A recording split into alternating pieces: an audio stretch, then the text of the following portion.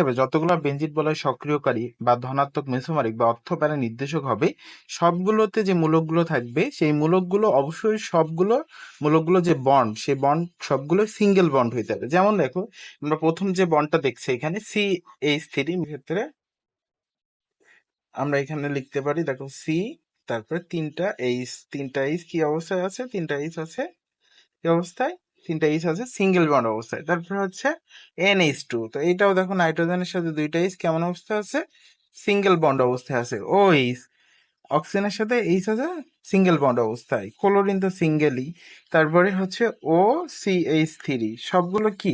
সবগুলো সিঙ্গেল অবস্থায়, single bond অবস্থায় আছে। তাহলে আমরা বলতে পারি যতগুলো বেনজিন বলয় সক্রিয়কারী আর ধনাত্মক মেসোমারিক ফল আছে সবগুলোই কি হবে? সবগুলোর মূলকগুলো হবে সিঙ্গেল বন্ডধারী। এবং যতগুলো বেনজিন বলয় নিষ্ক্রিয়কারী ঋণাত্মক মেসোমারিক বা মেটা নির্দেশক মূলক আছে